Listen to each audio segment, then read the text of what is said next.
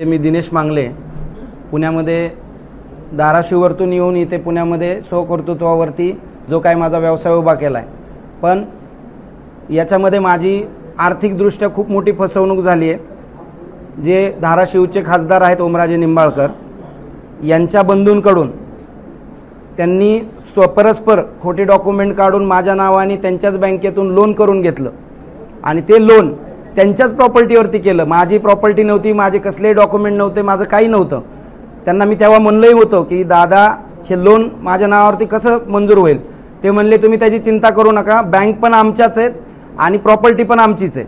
त्याच्यामुळे माझी मागणी अशी आहे, ते 2.5 कोटी रुपये त्यांनी तिथं लोन करून घेतलं, हप्ते भरतो म्हणले, हप्ते भरले नाहीत। आज माझ्यासारखे कितीतरी बिझनेसमॅन लोकांना त्यांनी फसवलं की काय असाही डाऊट आहे। आणि दुसरी गोष्ट 3 ते 4 त्यांच्या बँका आहेत, म्हणजे पवनराजे मल्टीस्टेट असेल, यशदा मल्टीस्टेट असेल, लोकमंगल मल्टीस्टेट किंवा पतसंस्था असेल, या सगळ्यांची चौकशी झाली पाहिजे।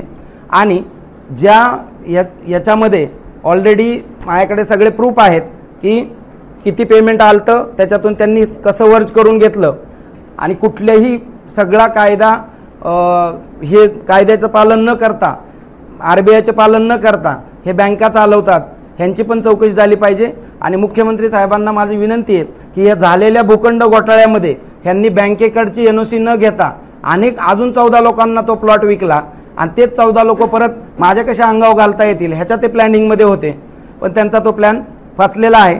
दुसरं अजून एक की आत्ता मी प्रचंड घाबरलेलो आहे, मला झोप लागत नाही आहे, मला आत्ता मला ह्याची सखोल चौकशी व्हावी आणि मला संरक्षण मिळावं एवढीच मी आपल्याकडे विनंती।